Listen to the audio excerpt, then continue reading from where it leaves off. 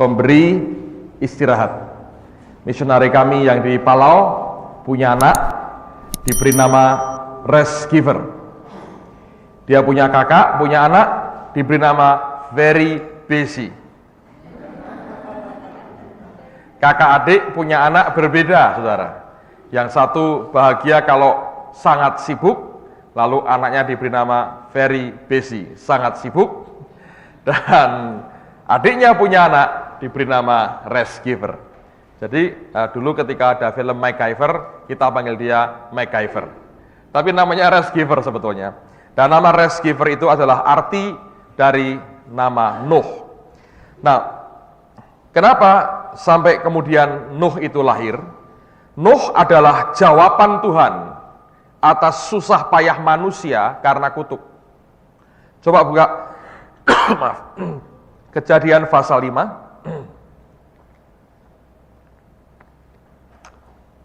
Kejadian pasal 5 ayat yang ke-28 dan ayat yang ke-29. Setelah lama hidup 182 tahun, tua sekali ya, ia memperanakkan seorang anak laki-laki dan memberi nama Nuh kepadanya. Katanya, anak ini akan memberi kepada kita penghiburan dalam pekerjaan kita yang penuh susah payah di tanah yang telah terkutuk oleh Tuhan. Jadi sebetulnya ketika Nuh itu lahir, bapaknya berkata, anak ini akan memberi kepada kita penghiburan dalam pekerjaan kita yang penuh susah payah di tanah yang telah terkutuk oleh Tuhan. Bukan karena urapan. Saudara kaget, saya juga kaget dengar suara saya sendiri. Bukan urapannya kenceng jadi. Nah, sekarang saya mau katakan begini. Kenapa seperti itu, saudara? Kata rest giver, pemberi istirahat, itu bukan ada pada pribadi Nuh. Tapi kalau Anda belajar, kelak kita akan tahu bahwa ini adalah simbol daripada Roh Kudus sendiri. Ini bertentangan dengan susah payah karena kutuk. Dengan kata lain, kalau Anda mau keluar dari hidup yang seperti ini, Anda harus punya dan bergaul dengan siapa? Dengan Roh Kudus. Dari mana kita tahu itu Roh Kudus? Buka Keluaran 33 ayat yang ke-14. Keluaran pasal 33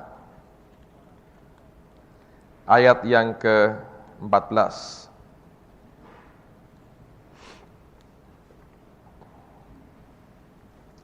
Keluaran 33 ayat 14. Alkitab berkata, lalu ia berfirman, aku sendiri hendak membimbing engkau dan memberikan ketentraman kepadamu. Kalau Anda punya bahasa Inggris dikatakan, my presence will go with you and I will give you rest. Hadiratku ini akan pergi bersama dengan engkau dan aku akan memberikan rest kepadamu. Aku berikan perhentian, berikan istirahat kepadamu. Kita tahu hadirat Tuhan kemarin adalah pribadi Roh Allah sendiri. Itu bukan benda, bukan suasana, tapi oleh karena pribadi daripada Roh Allah sendiri. Dan Alkitab berkata, Tuhan berkata, my presence will go with you. Hadiratku akan pergi bersama dengan engkau, and I will give you rest. Aku akan berikan perhentian kepadamu. Nah, ketika Nuh lahir, bapaknya sudah mengakui, karena tanah terkutuk oleh Tuhan, susah payah kita. Orang yang hidup dalam kutuk, dia akan hidup susah payah. Atau juga orang Kristen sebetulnya, yang seharusnya tidak lagi di bawah kutuk. Tapi kita masih mencoba ngotot dengan kekuatan kita. Saudara tetap mau mencoba hidup di bawah kutuk. Allah memberikan kepada kita anugerahnya. Allah memberikan kepada kita Nuh. Allah berikan kepada kita rest giver. Yaitu pribadi yang memberikan rest, memberikan perhentian kepada kita. Itu yang dinikmati oleh Kidung Agung pertama yang berkata bahwa mereka melihat akan domba-domba Tuhan itu rest at noon, mengalami perhentian istirahat pada tengah hari. Dan bukankah itu anugerah yang luar biasa? Nah, Nuh lahir ketika orang susah payah, dengan apa yang mereka harus lakukan untuk menghidupi diri mereka. Ketika Nuh lahir, Alkitab berkata, ini akan jadi penghiburan buat kita. Dengan kata lain, Nuh ini merupakan jawaban dari kehidupan susah payah oleh karena kutuk. Seharusnya orang Kristen yang sudah lahir baru dan dia bersama dengan Tuhan, kita tidak lagi hidup karena kutuk. Semua yang dikerjakan bukan dengan kemampuan manusia kita lagi, tapi dengan kemampuan dan kuasa Allah di dalam kita. Nah, untuk itu, oleh karena itu, Anda perlu Roh Kudus. Roh Allah akan membawa saudara berjalan dengan Dia, dan itu akan memberikan akan rest, perhentian dalam kehidupan kita. Nah, sekarang pertanyaannya, apa yang membuat orang bisa rest, bisa istirahat dalam hadiratnya, bisa menikmati perhentian di dalam Dia? Coba buka Kejadian pasal yang ke-6, kita akan belajar sedikit akan hidup orang yang bernama Nuh ini. Kejadian pasal yang ke-6, lihat ayat 9 sampai dengan ayat yang ke-12. Kejadian pasal 6, ayat 9 sampai dengan ayat yang ke-12. Inilah riwayat Nuh. Nuh adalah seorang yang benar dan tidak bercela. Anda garis bawahi kata benar dan tidak bercela di antara orang-orang sejamannya. Dan ini rahasianya, Nuh itu hidup bergaul dengan Allah. Nuh memperanakkan 3 orang laki-laki, Sem, Ham, dan Yafet. Adapun bumi itu telah rusak di hadapan Allah dan penuh dengan kekerasan. Allah menilik bumi itu dan sungguhlah rusak benar, sebab semua manusia menjalankan hidup yang rusak di bumi. Nah, perhatikan Alkitab berkata, Nuh itu orang benar dan tidak bercela. Kata tidak bercela dalam bahasa Ibraninya digunakan kata tamim. Nah, kata tamim itu artinya digunakan seringkali untuk menunjuk kepada hewan korban yang sempurna berdasarkan keinginan Tuhan. Alkitab mengatakan bahwa Nuh tidak bercela itu oleh karena dia seperti seekor hewan korban yang memenuhi akan kualifikasi Tuhan. Hidupnya tidak bercela, hidupnya benar. Kebenaran yang ada pada dia itu oleh karena kualifikasi yang Allah lihat dalam hidupnya sesuai dengan hewan yang sempurna untuk dijadikan korban. Nah, mengapa sampai orang bisa seperti itu? Alkitab berkata, oleh karena dia bergaul dengan Allah. Kemarin saya katakan Roma 8 berkata, barang siapa dipimpin oleh Roh Allah, dia menjadi anak-anak Allah. Kata anak Allah artinya anak laki-laki dari Allah yang dewasa.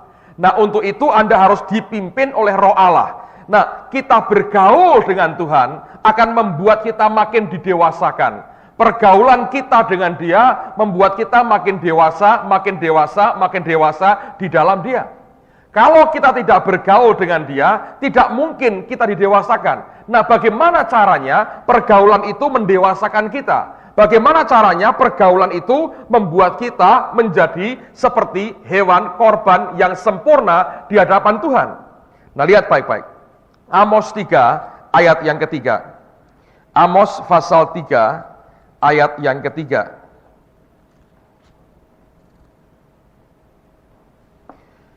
Alkitab berkata begini, berjalankah 2 orang bersama-sama jika mereka belum berjanji?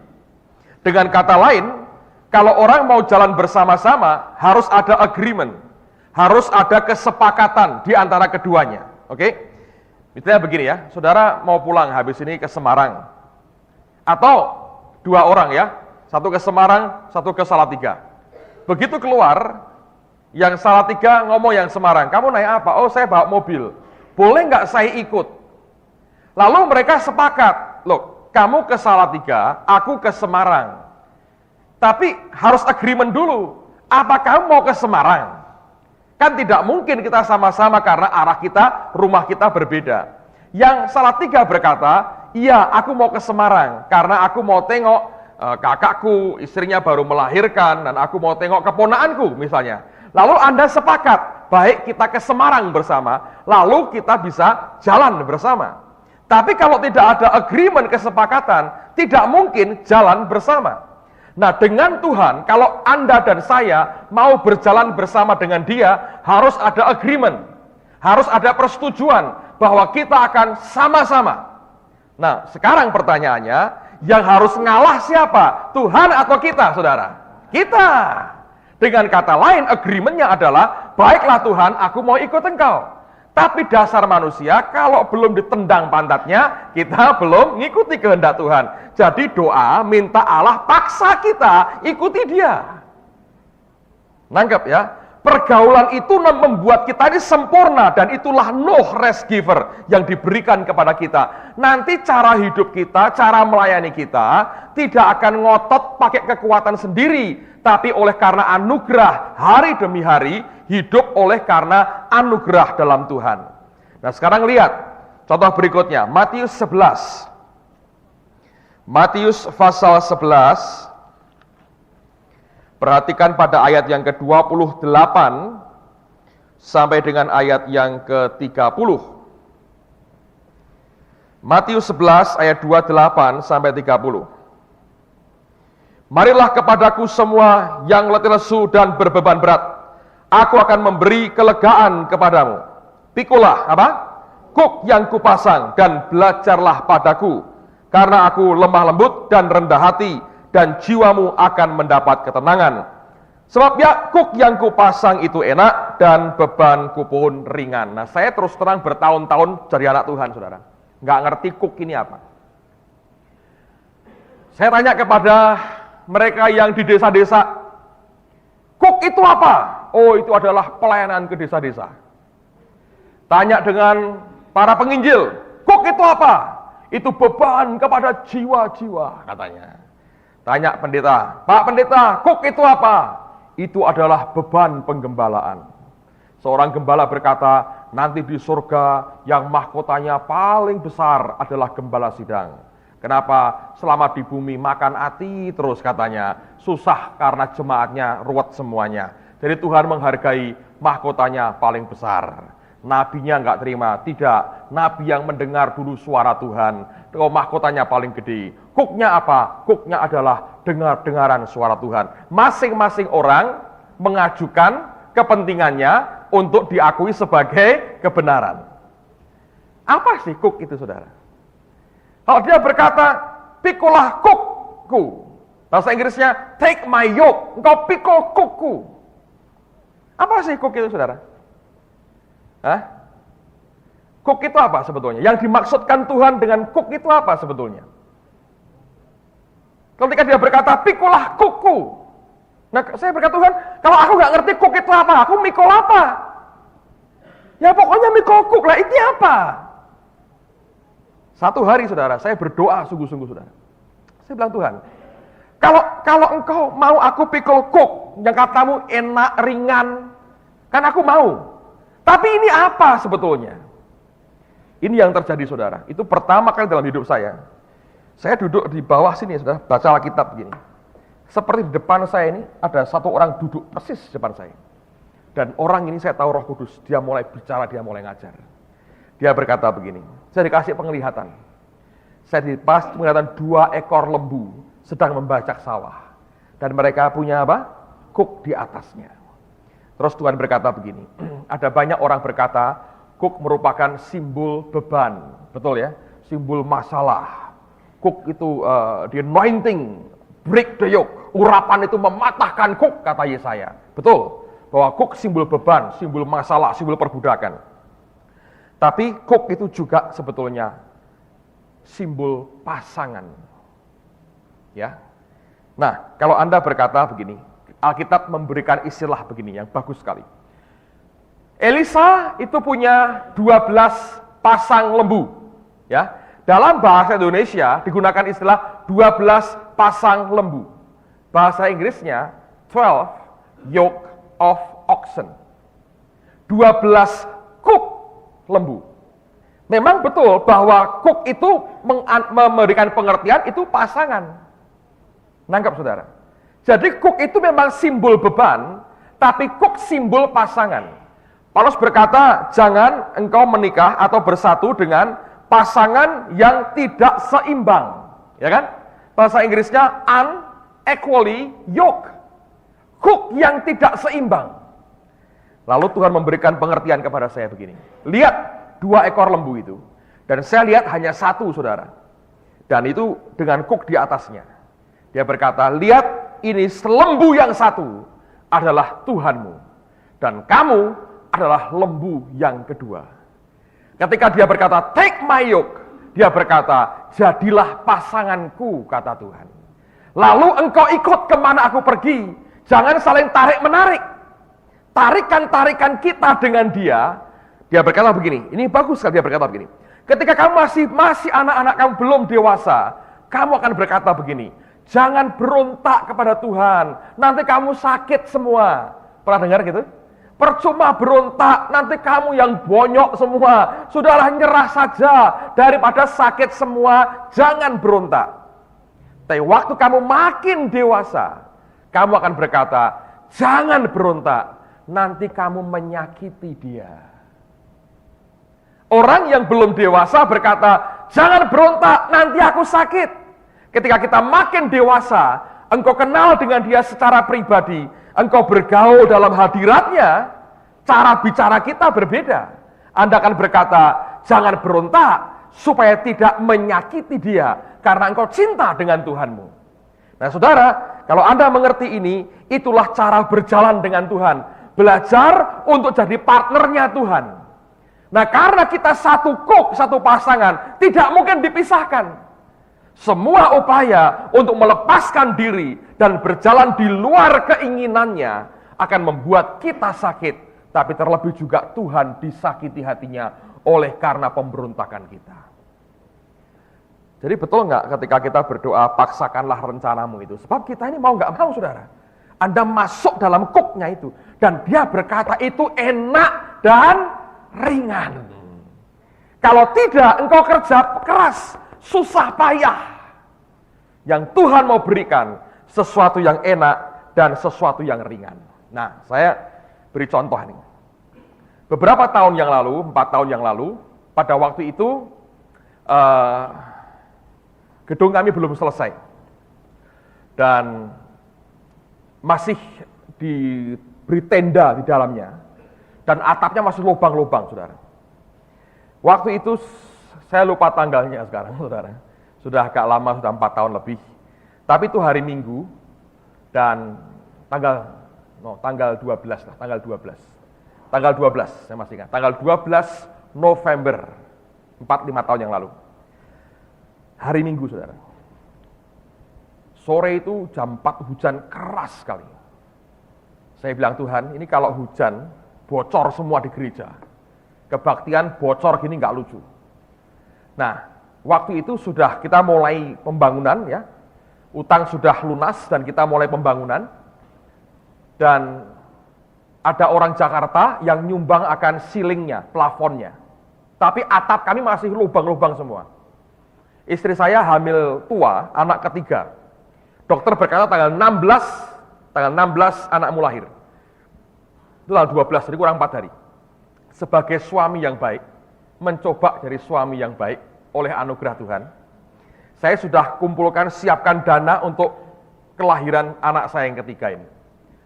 Nah, pada waktu itu saya mau masuk kamar, mau sembahyang, mau minta supaya hujan berhenti. Karena kalau tidak, itu ember di mana-mana, saudara, karena bocor gereja waktu itu. Ketika saya mau berdoa di kamar, baru mau berdoa, Tuhan ngomong begini, jangan minta hujan berhenti. Semua itu ada baiknya. Loh, baru mau minta, Tuhan berkata, jangan minta supaya hujan berhenti. Jangan berdoa supaya hujan berhenti. Semua ada baiknya. Batal. Ya sudah, dalam nama Yesus tidak jadi berdoa. Keluar kamar, saudara saya. Terus ke gereja. Hujan keras sekali. Victor mimpin puji-pujian. Dan dia nyanyi lagu apa? Jangan takut. Jangan, saya nggak tahu. Dia hanya nyanyi sekali itu. Dan semua juga bingung nyanyi, pokoknya jangan takut, gak pernah nyanyi lagi dia. Sekali itu dia nyanyi, gak pernah diulang lagi. Jangan takut, jangan takut.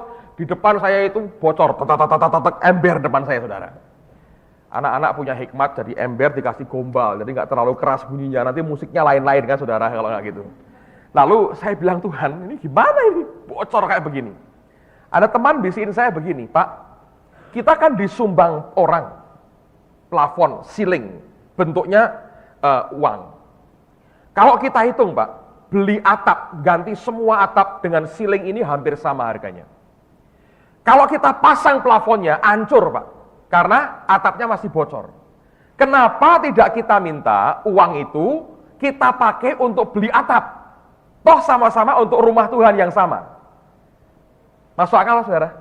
Ya kan? Kalau enggak kan hancur. Jadi dia bilang kenapa enggak kita minta aja uangnya, kita belikan atap aja Pak, kita ganti semua atapnya, jadi enggak bocor lagi.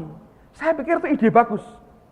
Rektor nyanyi kan, jangan takut, jangan takut. Saya bilang, ya Tuhan, jangan, aku tidak takut.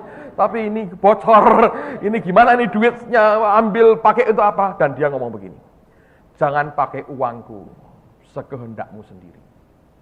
Aku gerakkan anakku untuk plafon, pakai untuk plafon. Saya bilang, tapi plafon hancur Tuhan, kalau atapnya bocor. Dia bilang, atap urusan lain. Terus dia ngomong langsung begini, besok kumpulkan semua panitia pembangunan, termasuk kamu. Dia bilang, minta mereka korban, dan kamu sebagai pendetanya, kamu korban pertama kali. Langsung saya bilang, siap Tuhan, tapi tidak punya uang saya. Nah, orang itu kadang-kadang kalau punya uang, kok bisa lupa ya saudara ya. Karena arah hatinya itu sudah diarahkan ke tempat lain gitu. Tapi Tuhan itu nggak bisa ditipu. Anda mau sembunyikan di mana di perut ikan pun, dia masih bisa bicara saudara, kayak Yunus. Lalu kemudian dia berkata, kamu punya uang. Saya bilang, tidak punya Tuhan. Dia bilang, kamu punya uang yang kamu siapkan untuk ongkos istrimu melahirkan di rumah sakit minggu depan. Saya bilang, betul. Tapi ini kan suami. Itu istri, calon anak dari Tuhan juga. Saya mesti tanggung jawab dong. Dia bilang, aku minta itu uang. Berikan, korbankan buat aku. Padahal kurang 4 hari, anak saya lahir saudara. Gereja zaman itu belum punya kesanggupan untuk berkata, sudah kami biayai, nggak bisa. Lain zaman dulu kami hidup seperti orang Israel di padang gurun saudara. Pagi ngambil mana, sore bangkrut lagi habis. Pagi ambil lagi, sore dimakan habis, malam bangkrut lagi nggak punya apa-apa. Tiap kali bangun pagi bankrupt, nggak punya apa-apa, ngambil mana untuk sehari, disimpan tambah busuk, nggak bisa. Kita belum masuk Gilgal, masih di padang gurun, hanya terima mana, pas-pasan saudara. Nah, apa yang kemudian terjadi? Tuhan berkata, aku minta itu uang, kamu berikan kepadaku. Saya pulang dari gereja, saya ngomong istri saya baik-baik. Tadi Tuhan ngomong begini. Dia bilang, berikan. Saya bilang, kamu berani tanggung resikonya. Yang di rumah sakit kamu. Kalau tagihan datang, saya nggak punya duit gimana? Terus dia ngomong gini, ya aku kenal suamiku. Kamu bukan tipe orang yang ngawur-ngawur mengorbankan keluarga semaunya. Kalau kamu tidak yakin Tuhan yang suruh. Dia bilang, kasihkan. Besoknya kita kumpul panitia. Saya bilang, Tuhan ngomong begini. Mari korban. Dihitung semua sekian puluh juta keluarnya, butuhnya. Saya bilang, saya berikan sekian.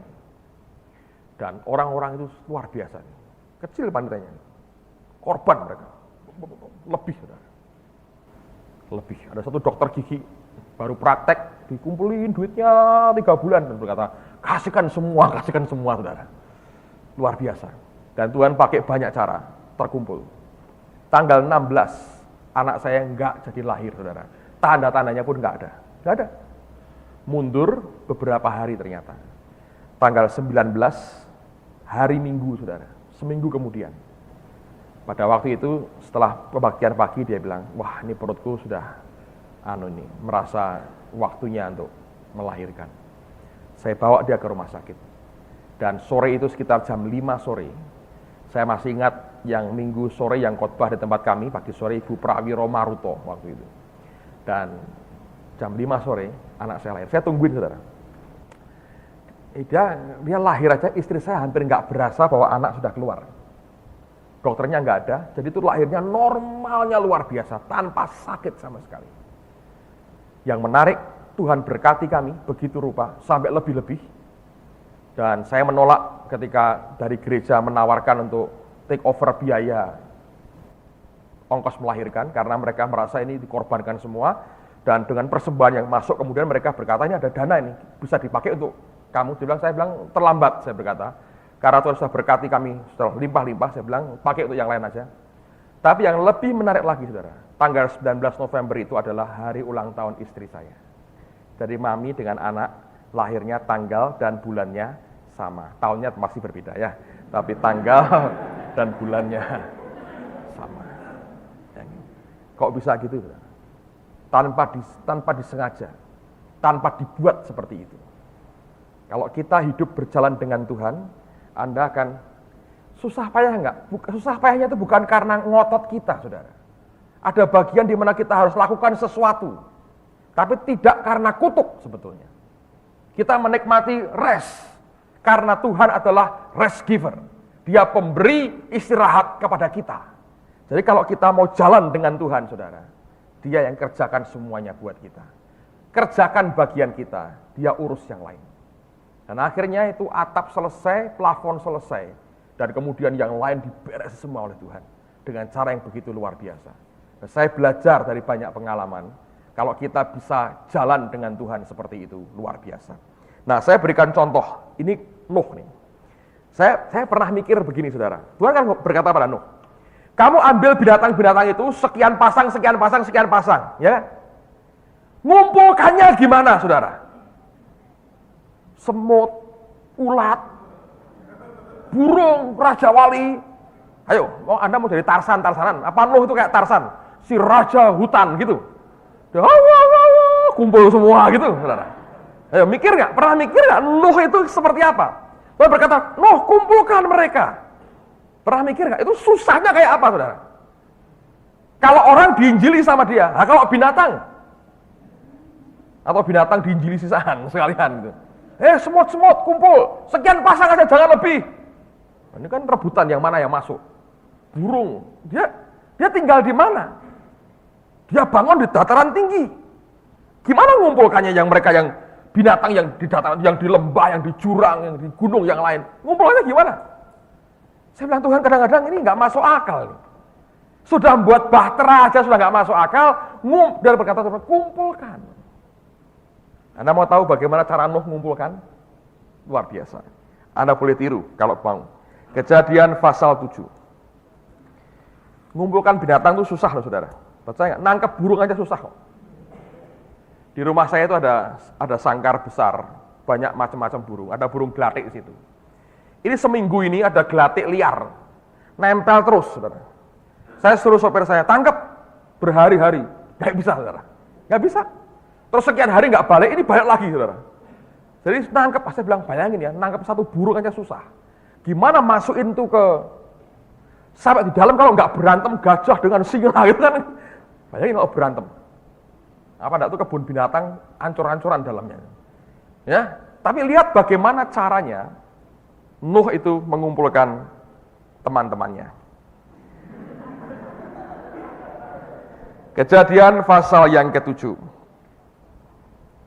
Lalu berfirmanlah Tuhan kepada Nuh, masuklah ke dalam bahtera itu, engkau dan seisi rumahmu, sebab engkaulah yang kulihat benar di hadapanku di antara orang zaman ini. Dari segala binatang yang tidak haram, haruslah apa? Kau ambil. Lu suruh ngambil, saudara. 7 pasang jantan dan betinanya. Tapi dari binatang yang haram, 1 pasang jantan dan betinanya. Juga dari burung-burung di udara, 7 pasang jantan dan betinanya, supaya terpelihara hidup keturunannya di seluruh bumi. Sebab 7 hari lagi aku akan menurunkan hujan ke atas bumi 40 hari, 40 malam lamanya, dan aku akan menghapuskan dari muka bumi segala yang ada yang kujadikan itu. Lalu Nuh melakukan segala yang diperintahkan Tuhan kepadanya. Nuh berumur 600 tahun ketika air bah meliputi bumi. Masuklah Nuh ke dalam bahtera itu bersama-sama dengan anak-anaknya dan istrinya dan istri anak-anaknya karena air bah itu. Dan perhatikan, binatang yang tidak haram dan yang haram, dari burung-burung dan dari segala yang merayap di muka bumi, datanglah sepasang mendapatkan Nuh ke dalam bahtera itu, jantan dan betina, seperti yang diperintahkan Allah kepada siapa? Nuh. Ini aneh. Tuhan bilang, kamu ambil. Tapi ternyata memang betul ambil, saudara. Tapi tanpa ngejar-ngejar. Tuhan buat mereka datang sendiri, diambil sama dia. Lihat, ini kan grace, saudara. Kalau enggak mau berapa abad ngumpulin binatang, saudara.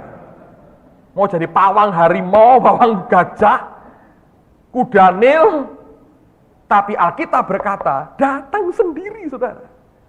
Dan Nuh mentaati Tuhan, diambil sama dia. Memang dia yang ngatur, menurut saya kamu di sini dia atur. Tapi mereka terkumpul, Allah berkata, ambil, kumpulkan mereka. Kenyataannya waktu dia berkata, ya Tuhan, siapa yang kerja? Tuhan sendiri. Oleh karena itulah betul kelahirannya dikatakan sebagai penghiburan. Sekaligus itu profetik sekali. Bahwa untuk orang hidup di luar kutuk dan tidak susah payah. Karena Allah memberikan kepada yang dicintainya pada waktu tidur, waktu rest. Anda perlu rest giver. Anda perlu Holy Spirit. Makanya jalanlah dengan dia. Bergaulah dengan Tuhan. Jalan dengan Allah. Nanti Tuhan yang ngatur semua untuk kehidupan kita. Dan itu yang Allah janjikan dalam kehidupan semua orang yang percaya kepadanya. Nah, sekarang yang luar biasa, saudara. Dari bergaul itu, lihat bahwa Nuh kemudian dipakai Tuhan. Nah, pergaulan Nuh dengan Tuhan membuat dia dimuliakan Tuhan luar biasa. Coba buka dalam 2 Petrus pasal yang kedua. Ini yang ngomong malah Rasul Petrus, saudara. 2 Petrus pasal yang kedua, ayat yang kelima. Dan jikalau Allah tidak menyayangkan dunia purba, tetapi hanya menyelamatkan Nuh, pemberita kebenaran itu. Jadi Nuh itu disebut apa? Pemberita kebenaran.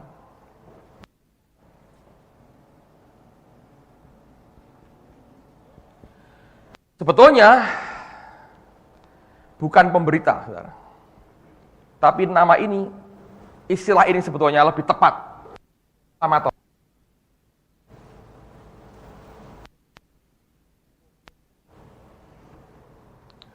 Bobotnya itu berbeda.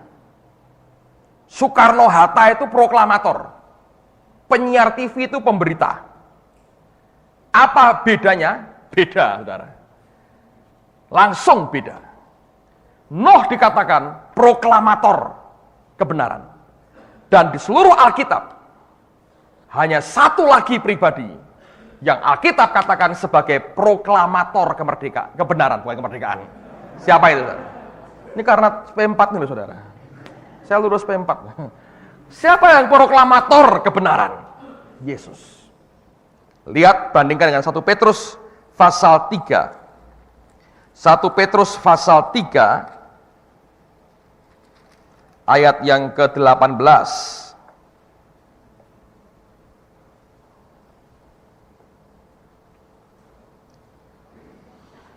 Sebab juga Kristus telah mati sekali untuk segala dosa kita, ia yang benar untuk orang-orang yang tidak benar, supaya ia membawa kita kepada Allah.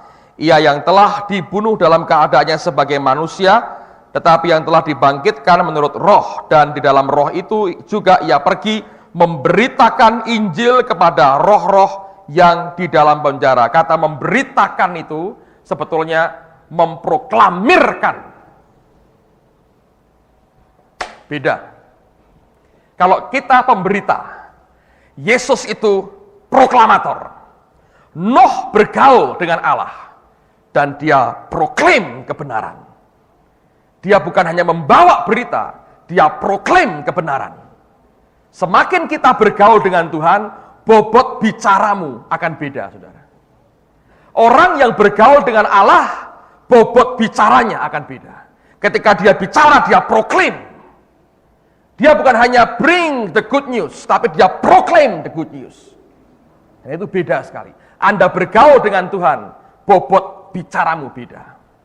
Saudara, bukan hanya sebagai pemberita, tapi engkau memproklamirkan kebenaran dari Allah. Dari mana itu?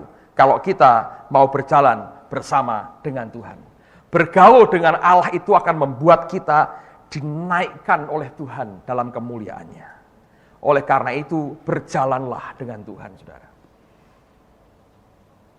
Tidak usah ngotot, teriak-teriak, berteriak-teriak belajar khotbah. Ya itu baik juga sih. Tapi saya jujur pada saudara, saya ini nggak pernah sekolah teologi. Bukan anti itu, saudara. Bukan. Tapi saya akhirnya menyadari bahwa ada orang-orang yang memang harus sekolah, ada yang tidak, yang mau dididik Tuhan sendiri, tapi di balik itu dasarnya semuanya, apakah Anda sekolah atau tidak, pendidikan Alkitab, saudara harus tetap orang yang bergaul dengan Tuhan. Kalau kita bukan orang yang bergaul dengan Tuhan, berat. Apa yang Anda katakan akan tanpa bobot sama sekali. Tapi orang yang hidup bergaul di hadapan Allah, dan Allah berkata ini orang benar. Kalau dia bicara, orang dengar, saudara. Sebab ada quality dari apa yang dia sampaikan, yang orang berkata ada yang berbeda dari orang ini. Dari mana sumbernya? Dia belajar bergaul dengan Tuhan, saudara. Amen. Pak Yusak cerita menarik, saya nggak tahu dia ceritakan nggak. Ada seorang hamba Tuhan, ini sudah zaman cukup lama ya, dia ingin sekali mengunjungi, membawa Injil kepada sebuah kota, dan kota itu terkenal sebagai kota yang rusak sekali, kota berdosa, dan tempat penginapan penuh. Dia berdoa, Tuhan, penginapannya penuh. Tuhan berkata, kamu nginep di situ, di hotel yang ada barnya, ada kasinonya, ada nightclubnya, nginep di situ. Dan kemudian dia nginep di situ, dia berdoa di atas, saudara. Tuhan berkata, turun ke barnya, duduk di situ. Dia bilang, pendeta kok di bar Tuhan, kalau ketahuan orang gimana? Dia bilang, turun, saudara. Duduk sendirian, mau minum apa bingung, masa minum Coca-Cola di bar begitu. Terus Tuhan berkata gini, itu ada perempuan sendirian, temeni katanya. Padahal itu pelacur, saudara. Jadi dia bilang, suruh, ya nemeni, datang, duduk sama-sama. Terus saya bilang lagi, ajak dansa. Wah, bayangin, saudara. Mudah-mudahan Tuhan tidak pernah suruh kita begitu ya, saudara ya. Oh man, itu tough sekali. Saya berkata, waduh, ini gawat sekali. Dansa Tuhan, iya dansa, kamu sama dia. Terus saya mau dansa sama saya, mau, dia pelacur dan dia butuh nafkah kan, saudara. Jadi saya pikir ini pendeta, saya bilang, Tuhan aku nggak pernah dansa, ya dansa aja pokoknya. Terus mau dansa, dia bilang, jangan di pinggir, di tengah katanya, di tengah. Yang lain supaya lihat semua. Tapi ini orang punya kebiasaan. Dia bilang, aku ini kalau mau apa-apa, aku mesti doa dulu katanya. Jadi dia ngomong sama si pelacurnya ini, boleh nggak aku doa sebentar sebelum dansa sama kamu katanya. Dia doa, saudara. Dia doa, dia berlutut di situ. Dia berlutut, dia berdoa, Tuhan. Menurut Pak Yusak, kira-kira dia urusan sama Tuhan. Gimana Tuhan? Ini aku suruh apain? Dan saya tidak bisa nginjek kakinya orang, nanti repot. Dan dia sudah mulai komplain, dia sembahyang sama Tuhan. Tiba-tiba dengar suara, boom! Dia buka mata, itu pelacur jatuh geletak, saudara. Di depannya dia. Lihat geletak, makin kenceng doanya. 1 menit kemudian, bum, bum, bum, bum, seluruh ruangan geletak semua, saudara. Nah, orang kalau sudah slain, itu kan sudah sadar tapi lemes badannya. Terus Tuhan bilang, nah sekarang berdiri, nginjil sama mereka, khotbah. Mereka sudah nggak mau dengerin itu. Wah. Begitu mereka dengar, semua bertobat, lahir baru dan terima Tuhan Yesus. Nah, tapi ya itu, saudara, proklamator itu kayak begitu, jalan dengan Tuhan.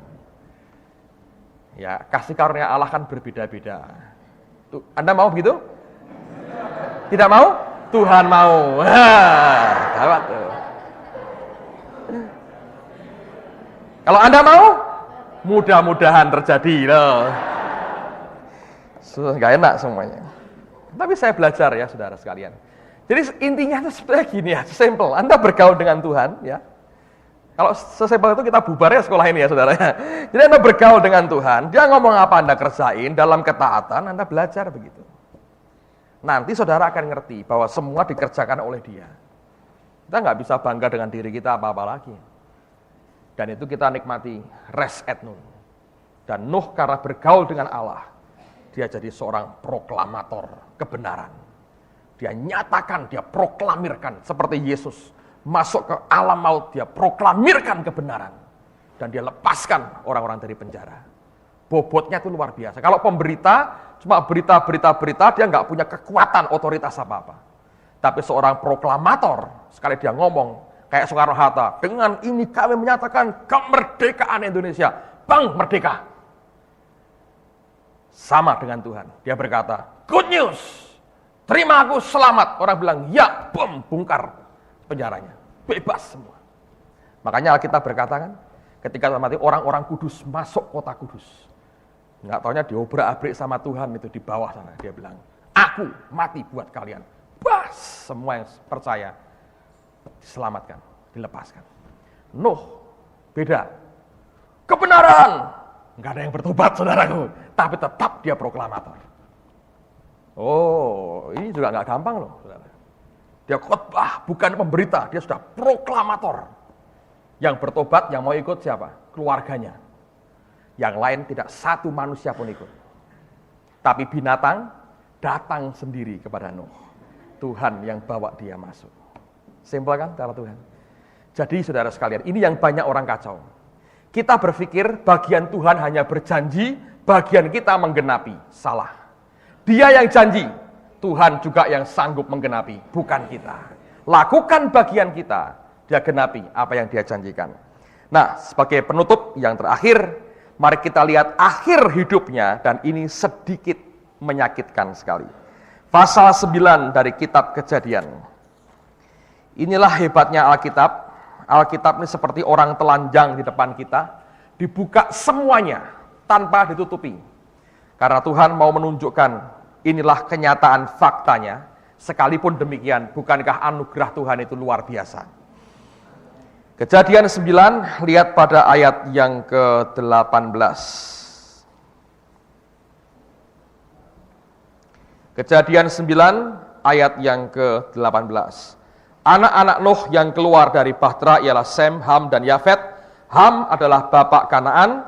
Yang tiga inilah anak-anak Nuh, dan dari mereka inilah tersebar penduduk seluruh bumi. Nuh menjadi petani, dialah yang mula-mula membuat kebun anggur. Setelah ia minum anggur, mabuklah ia, dan ia telanjang dalam kemahnya. Maka Ham, bapak Kanaan, itu melihat aurat ayahnya, lalu diceritakannya lah kepada kedua saudaranya di luar. Sesudah itu Sem dan Yafet mengambil sehelai kain dan membentangkannya pada bahu mereka berdua. Lalu mereka berjalan mundur. Mereka menutupi aurat ayahnya sambil berpaling muka, sehingga mereka tidak melihat aurat ayahnya. Setelah Nuh sadar dari mabuknya dan mendengar apa yang dilakukan anak bungsunya kepadanya, berkatalah ia, terkutuklah Kanaan. Hendaklah ia menjadi hamba yang paling hina bagi saudara-saudaranya. Lagi katanya, terpujilah Tuhan Allah Sem, tetapi hendaklah Kanaan menjadi hamba baginya. Allah meluaskan kiranya tempat kediaman Yafet, dan hendaklah ia tinggal dalam kemah-kemah Sem, tapi hendaklah Kanaan menjadi hamba baginya.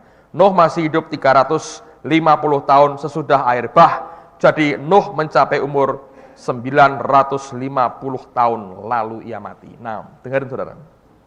Ini akhir yang kurang baik. Dia jadi petani, dia nanam anggur, dia pesta dengan hasilnya, dia mabuk, dan dia telanjang. Ketika saya renungkan ini saudara, saya nangkap yang dari Tuhan begini. Hati-hati dengan pesta karena hasil. Kalau Anda sudah berhasil, Anda diberkati, naik, wah hasil kita, hati-hati. Sebab yang namanya berkat, kekayaan, kelimpahan, kedudukan, kehormatan, punya dua sisi yang seringkali bertentangan. Sisi lain itu berkat, jangan lupa, sisi lain itu kutuk, kalau tidak hati-hati saudara. Karena kalau sampai jatuh ke sisi kutuknya, ini yang membuat Nuh pada akhir hidupnya, dia mabuk dan dia telanjang. Anda bisa bayangkan seorang proklamator kebenaran, yang Alkitab katakan dia benar di depan Tuhan. Akhirnya dia mabuk. Lihat sisi manusianya, tetap ada manusianya. Tapi kita belajar saudara, dia mabuk sampai dia telanjang. Dengan demikian saya menghargai betul apa yang Paulus katakan. Dia berkata, aku tahu apa arti kelimpahan, dan aku tahu apa arti kekurangan. Banyak orang tahu apa arti kekurangan, tidak tahu apa arti kelimpahan. Bukannya nggak pernah ngecap, tapi salah dalam hidup sebagai orang yang berlimpah. Ada orang yang tahu hidup berlimpah, tapi nggak tahu hidup berkekurangan. Anda selalu menuntut lebih. Paulus berkata, aku tahu arti kelimpahan, aku tahu arti kekurangan. Ayat terakhir, coba lihat Filipi pasal yang keempat. Ini yang Paulus katakan. Filipi pasal yang keempat. Ayat yang ke-12 dan ayat yang ke-13. Dia berkata, aku tahu apa itu kekurangan, dan aku tahu apa itu kelimpahan. Dalam segala hal dan dalam segala perkara, tidak ada sesuatu yang merupakan rahasia bagiku, baik dalam hal kenyang maupun dalam hal kelaparan, baik dalam hal kelimpahan maupun dalam hal kekurangan. Ayat 13, saya suka ayat ini. Segala perkara dapat kutanggung di dalam Dia yang memberi apa? Kekuatan kepadaku. I can do all things through Christ which strengthen me. Aku sanggup melakukan segala sesuatu bersama Kristus yang menguatkan aku. Lihat saudara, kalau Anda mengalami kekurangan, orang yang sedang kekurangan, saudara harus tahu apa itu kekurangan. Bukan cuma merasakan kekurangan, tapi bagaimana Anda hidup di tengah-tengah masa kekurangan. How to handle your situation. Bagaimana Anda mengatasi masalahmu, situasi saudara dalam keadaan kurang. Paulus pernah ngalami itu. Dia berkata, aku tahu itu. Tahu di sini artinya dia bukan hanya mengalami, tapi aku tahu bagaimana hidup seperti itu, bagaimana aku bisa mengatasinya seperti itu.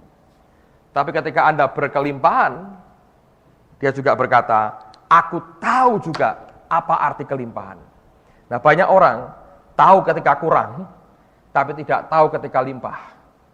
Ada euforia, kegembiraan yang berlebihan, yang meledak-ledak, oleh karena hasil yang kelihatannya luar biasa. Jangan mabuk karena hasil, saudara. Jangan pernah mabuk karena hasil. Kita harus berkata, aku tahu apa artinya kekurangan. Aku tahu apa artinya kelimpahan. Kalau itu dua-duanya kita ngerti, kita berkata, I can do all things through Christ which strengthen me. Aku sanggup melakukan segala sesuatu bersama Kristus yang menguatkan aku. Amen, saudaraku. Jadi ini bagian-bagian yang kita harus mengerti. Biarkan semua kita belajar, ngerti. Aku kalau kurang, seperti apa aku harus hidup. Kalau aku berkelimpahan, seperti apa aku harus hidup. Ada keseimbangan, balance. Tidak gampang diombang-ambingkan. Hati kita bisa ngerti, semua yang kita alami, kita bisa tahu yang mana Tuhan, yang mana, yang mana, yang mana. Luar biasa. Kalau Anda mengerti begitu, Anda siap seperti itu, Tuhan tetap akan memberikan anugerahnya dalam kehidupan kita. Amen, saudaraku. Ini bagian yang sangat penting dalam kehidupan kita. Belajar dari Nuh, bergaul dengan Tuhan, jalan dengan Tuhan. Anda menikmati akan perjalanan yang luar biasa dengan Allahmu. Amen.